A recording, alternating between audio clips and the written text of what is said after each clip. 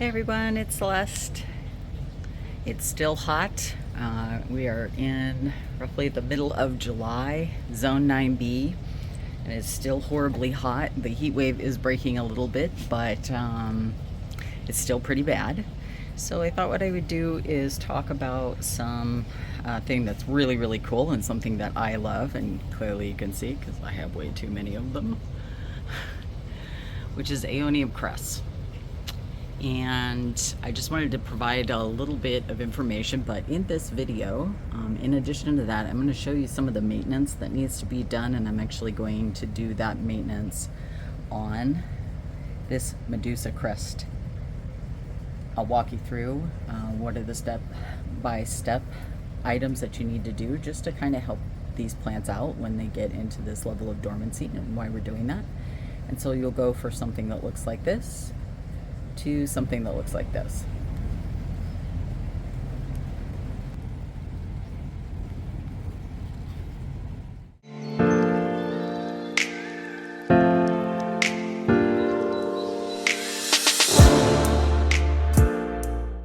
Hey, a quick little item that I wanted to share with you. This is from a friend of mine who is a talented artist. Her name's Rachel Isor, and she sent this to me.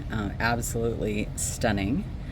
She likes to watch my videos and likes to pick out some of the favorite Aeoniums that I cover, and then she draws them, which is super cute. I get to follow it, and I really appreciate it. But you know, this is just absolutely stunning to grow something, you know, and then have someone take it and create further art with it. It's just absolutely amazing. So call out to Rachel, and thank you so much for sending this to me. This was absolute delight, you know, made my day, made my week to see something like this, and I really appreciate it. Okay, so let's get started. One of the things that we should talk about first is crests and how they're different than regular Aeoniums. You can see that they come in a variety of different types, and throughout the video I'll give you examples of some of the other crests that I have. This one's a Suzaku, which you can see right next to a Medusa crest, which is absolutely stunning. One of my favorites. Next to one that's called Roselle. This is a Sunburst Aeonium crest. This is a Rosebud crest. And one of the things you may have noticed is that what they have all in common is, and it's really easy to see on this Medusa crest, and that's why I'm going to focus on that today, is they have this really fat, wide stem right here. And they don't really know why crests do this. It can be, you know, stress. It can be just some weird abnormality that happens with these type of plants.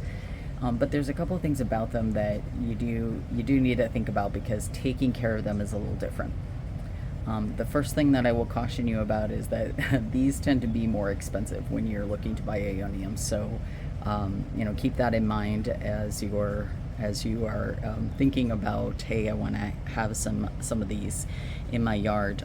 You can get them when they're relatively small. They will grow quickly, but they will not grow as fast as normal Aeoniums. So this Sunburst Aeonium, for example, I've had this for 3 years.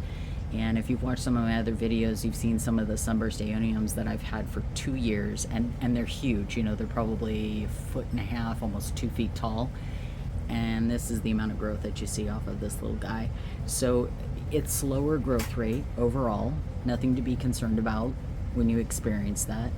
The second thing is that because, and this is just my theory, I don't have anything to back this up scientifically, but I think because they have this fatter stem, they're actually better at getting water, and they're actually better at retaining water. And so because of that, they are more prone to rot, especially during their dormant time period, which being in California right now, that would be this time of year. Whenever it gets hot, basically Aeoniums, they go dormant. When it gets cool, they start to grow. So they are winter growers, And by default, that means during the summertime when it is hot, wherever your area is, you're going to want to reduce the amount of water for your aeoniums in general, but specifically for crests, you're definitely going to want to do that. The next thing is that they're going to actually start having problems with some of these dead leaves. And the thing that you need to think about here is that anytime that you have these type of dead leaves that are in play, you're going to end up with some level of bugs. And it's pretty horrifying when you've spent quite a bit of money on a crest like this and then come out and find out that you have, a bunch of mealybugs all over them. So you definitely want to keep them clean, and that's a little bit of what I'm going to show you today. So really cleaning them up is easy, and it's also hard at the same time. So you can see here where I've got some of this, and I'm just going to go ahead and pull that off. So it's relatively simple to just pull off some of these little bits here that aren't so bad. And what you're doing is you're just pulling off any of them that are kind of crispy, and you can see immediately the plant starts looking a lot better. What that's going to do is it's going to prevent any of the bugs from getting in and messing with the plant. It's going to keep the growth healthier. But then you've got the problem of there's a bunch that are in between. So what I end up doing is I have these nice long tweezers, which I'll show you in a moment. I'm going to get to the next step after I've kind of pulled all of this stuff off that I can reach easily. Those really long tweezers I then use, and I pull all of those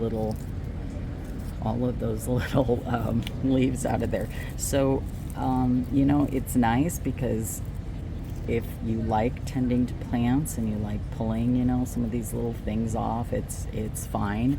But if you do not like tedious type of work on plants, I would avoid these Aeonium Crests, because you're definitely going to have to do that type of work. You can see it over here a little better, so I'm going to show you on this one as well. Same thing, right? You can see all of these dead leaves. So I'm just going to reach in here, I'm going to pull this out. And you can see this one is not rooted well, so I'm being a little careful when I'm pulling, so I'm not accidentally yanking it out. The reason it's not rooted well is because I just got it right before the dormant period, so if that's what's going to happen, it'll get better as the winter time comes. It'll start to root and grow even more next year. Okay, so you can see you're just going to get in there, you're just going to pull a lot of that kind of yuck out of there. Get a better camera angle here for you so you can see what I'm doing. I'm just reaching in, I'm just pulling out a bunch of those yucky areas. I tend not to worry about it too much when I'm doing this. I just drop them down here, and then I go in afterwards and I pull all of that stuff out of the pot so that I can get it into, so that it looks nicer, redistribute the rock, get it into a more aesthetically pleasing look. Okay, to get in between, you can see I have really super long tweezers here. Just got these off Amazon, nothing special. And all I'm gonna do is I'm gonna reach up in here. Let me tell you, this is a trick, trying to do this and hold the camera at the same time. And I know, I was told, hey, use your tripod, and I always forget to use my tripod when I do these videos for you guys. So, but you're basically gonna go in and, yep, you are literally gonna sit here and you're gonna pull any of these little dead leaves out one at a time. They can be up inside here as well, and so you just reach in and you pull some of those guys out. Let's see, we got some up in here, in that area, so you can see in there. So I will need to clean all of that out, and I'll be looking, spinning the plant. Of course, this side looks pretty nice at this point. Spinning around. Joy, more mess to clean up. So you can see, again, a lot, right? And you're going to end up with bugs if you don't pull that out. So again, crests are beautiful. They grow slower. They need less water. They need to be more protected. Aeoniums in general aren't massive full sun lovers, although you can get away with it with some of them, like this Aeonium Sunburst. But even this crest over here is an Aeonium Sunburst. It's not going to like as much sunlight, and so I definitely keep it in more of a protected area. So anyway, hopefully this video was helpful.